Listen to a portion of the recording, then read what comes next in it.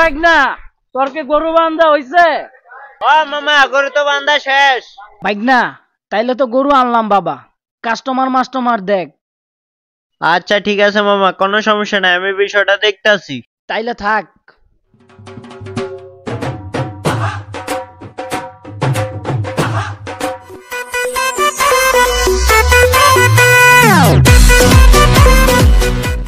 এই গরু এটা কার রে বেটা? স্যার গরু এটা তো আমার। দাঁড়ান আমি মামার একটা কল দিতে আসি।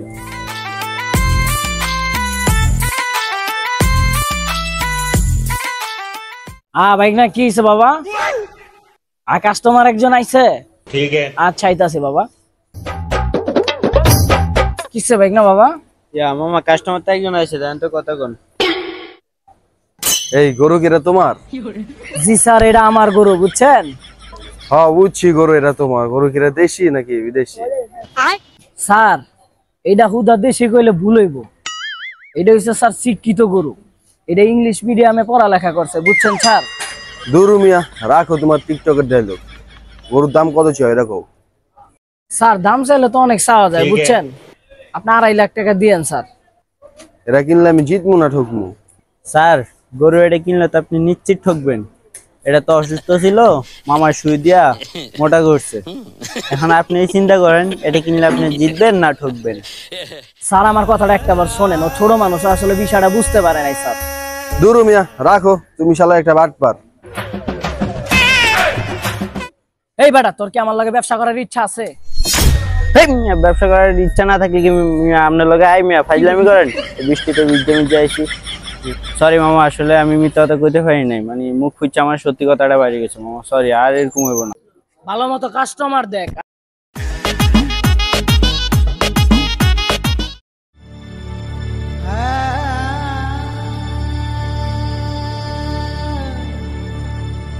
মামা কালকে তো ঈদ মামা, আমাকে তো গরুটা বেশ হইলো না মামা।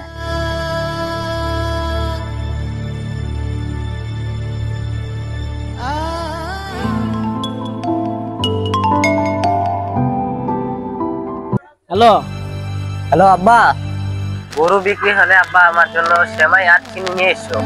আচ্ছা বাবা ঠিক আছে, আমি গরু বিক্রি হইলে তোমার জন্য সেমাই আর চিনি নিয়ে আসবো। আচ্ছা রাখো। ভাগনা, গরুটা বাবা বড় আশা করে নিয়ে আইছিলাম, বুঝছস? তাইলে এখন কি আর আমার গরুটা বিক্রি হইব না? পোলাটা ফোন দেয়া কইলো সেমাই আর চিনি নিতে, পকেটে একটা টাকাও নাই। আর গরুটা বিক্রি না হইলো তো ফেরত নিতে হইব।